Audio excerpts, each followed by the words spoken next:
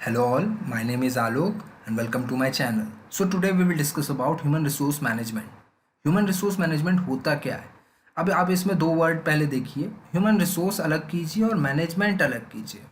इसको मैं बहुत ब्रीफली आपको बताऊंगा जिससे कि आपको समझ आ जाएगा। अब आपने जो सेकेंड वर्ड है मैनेजमेंट, इसके बारे में आपने पढ़ा होगा। मैनेजमेंट क्या होती है? एक एक्टिविटी होती है। अब एक्टिविटी हमारी ऐसी होती है कि हमें एक ऑब्जेक्टिव को कंप्लीट करना रहता है। उस ऑब्जेक्टिव को कंप्लीट कराने की एक्टिविटी जो है उसे मैनेजमेंट कहते हैं। To getting things done by others, management basically means किसी से भी हम काम जो करा रहे हैं एक कॉमन ऑब्जेक्टिव के लिए, उसको हम मैनेजमेंट कहते हैं। अब ह्यूमन रिसोर्स क्या है? जो भी हमारे किसी कंपनी में एक ह्यूमन एसेट है जो हमने रिक्रूट किया है, उसे हम ह्यूमन रिसोर्स कहते हैं।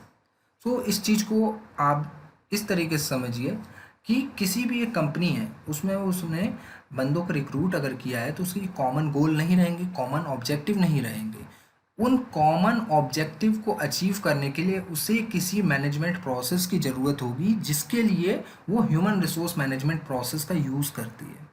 अब ह्यूमन रिसोर्स मैनेजमेंट प्रोसेस के थ्रू ही वो उस कॉमन गोल को अचीव कर पाते हैं।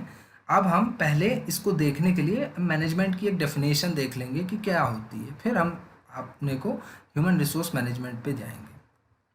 मैनेजमेंट देखिए, जो मैंने आपको बताया, एक कॉमन ऑब्जेक्टिव के लिए फिजिकल और फाइनेंशियल रिसोर्सेज को ह्यूमन रिसोर्सेज के एफर्ट के थ्रू अचीव करने की प्रोसेस को मैनेजमेंट कहते हैं। ये आप डेफिनेशन देख सकते हैं, इससे आपको अंदाज़ा लग जाएगा। अब देखिए मीनिंग ह्यूमन रिसोर्स मैनेजमेंट की। Human resource management is a process of bringing people and organization together so that the goals of each are met। अब मैंने आपको पहले ही बताया कि जैसे सबकी गोल्स अलग अलग रहती है, तो कंपनी अगर सबके गोल के हिसाब से चलेगी तो वो जो ऑर्गेनाइजेशन का गोल सेट करके रखा है वो अचीव नहीं हो पाएगा। So human resource is that part of management process which is concerned with the management of human resources in an organization। तो इस वजह से हमें ह्यूमन रिसोर्स मैनेजमेंट की ज़रूरत पड़ती है, और इसकी मीनिंग जो है मैंने आपके ये हाईलाइट कर दिया है। देखिए मैनेजमेंट ऑफ ह्यूमन रिसोर्सेज ये इसलिए काम आती है। अब थोड़ा हम इसके फीचर्स देख लेते हैं। अब फीचर्स ये जो है मैं बता रहा हूँ, जैसे पहला आप देखिए परवेसिव फीचर। अब परवेसिव फीचर में आप क्या समझते हैं कि किसी भी एक जगह ये काम हो रहा है तो ये एक लेवल पे नहीं रुक रहा है। जैसे किसी भी कंपनी पे, जैसे एम्प्लॉय के पास ये ह्यूमन रिसोर्स प्रोसेस हो रही है तो आगे बढ़ेगा।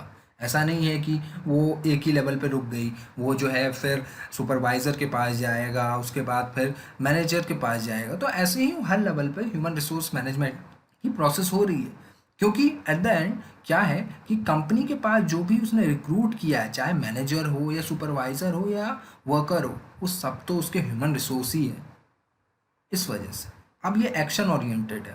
एक्शन ओरिएंटेड से क्या होता है कि इट फोकसेस ऑन अटेंशन, ठीक है, रेदर देन रिकॉर्ड कीपिंग। अब रिकॉर्ड कीपिंग जो होती है एक डिफरेंट एक्टिविटी होती है जिसमें एक रिकॉर्ड मेंटेन करना पड़ता है, लेकिन एक्शन ओरिएंटेड में क्या होती है कि हम जो इस पे लैगिंग देख रहे हैं या फिर जो भी ऑब्जर्व कर रहे हैं हमें इस प्रोसेस पे, तो उस प्रोसेस के थ्रू हम तुरंत एक्शन लें और उस पर जो भी हमारी चीज़ ज़रूरत है वो हम उसको फुलफ़िल करें। अब ये इंडिविजुअली ओरिएंटेड है। अब जैसे किसी कंपनी है, किसी ऑर्गेनाइजेशन है, उसमें सारे इंडिविजुअल है, तो सबके लिए ये प्रोसेस होगी, जरूर नहीं है कि किसी एक पर्टिकुलर बंदे के लिए।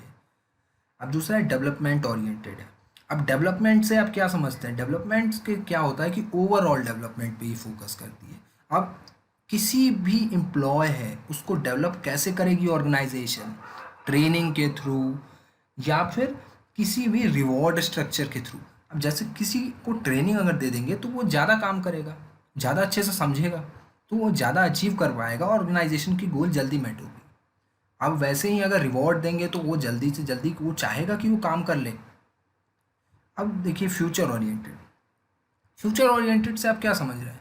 फ्यूचर ओरिएंटेड में ये होगा कि वो किसी भी जो काम को चल रहा है लेकर के, वो फ्यूचर की नीड को देख करके, हो सकता है कि ये जो हम एम्प्लॉय पे अभी जो काम कर रहे हैं, अभी जो ट्रेनिंग दे रहे हैं, हमें आगे के लिए वर्कफोर्स पे जो फ़ायदा होगा।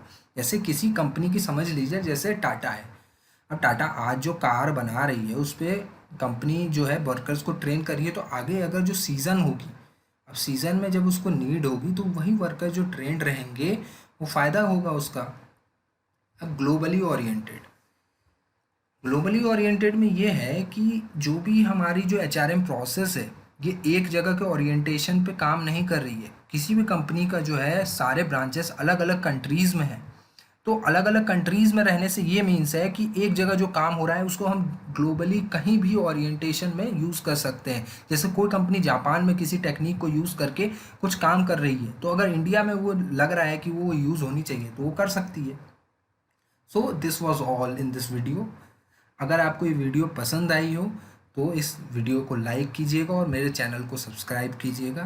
थैंक यू, और आगे मैं दूसरी और वीडियो लाऊंगा, बने रहिए।